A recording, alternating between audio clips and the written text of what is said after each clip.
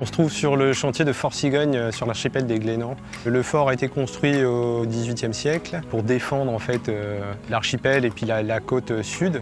Et la tour à mer, elle, a été construite dans les années 50, dans le but de pouvoir mesurer la vitesse des bateaux de la marine nationale.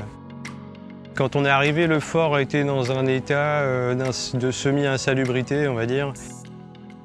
Globalement, les travaux sont des travaux de ravalement extérieur, rejointoiement, remaillage de maçonnerie et également la terrasse du fort qui a été réalisée entièrement en dallage, et sous laquelle on a fait une étanchéité pour pouvoir capter les eaux de pluie et ainsi alimenter la citerne du fort.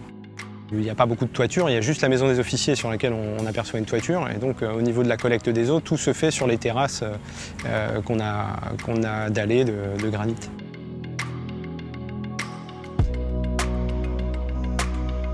Concernant la restauration des remparts, bon, déjà il y a une première étape, c'est l'échafaudage, qui n'est pas simple parce que c'est sur l'estran, c'est directement posé sur le rocher. Ensuite, on a pas mal de remaillage parce que les pieds de mur sont abîmés par la mer. Donc on a un peu de reprise de maçonnerie. Ensuite, évidemment, la dévégétalisation, on arrache minutieusement toutes les racines des parements. Ensuite, les lichens sont brossés à la main, brosse douce, et à la fin, on passe un petit coup de jet basse pression pour pouvoir finir d'enlever en fait tous les petits bouts de verdure et les restes de lichen, quoi.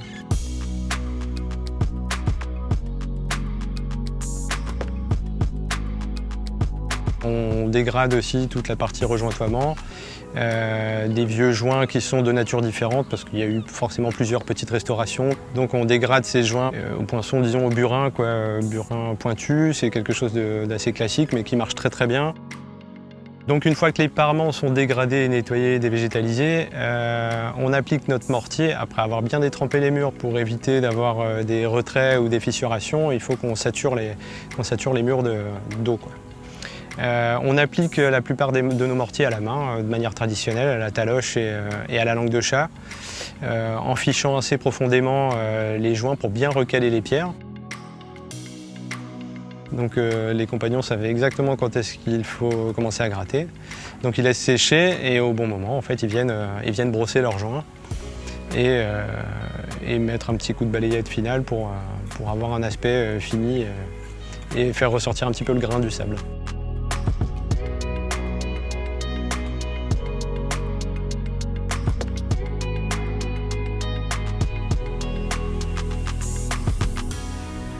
Pour nous, Lefebvre, en fait, c'est un chantier qui est important parce qu'au niveau du défi logistique, dans nos approvisionnements, il faut déjà comprendre qu'on est à peu près à 3/4 d'heure de bateau du premier port sur lequel on peut charger.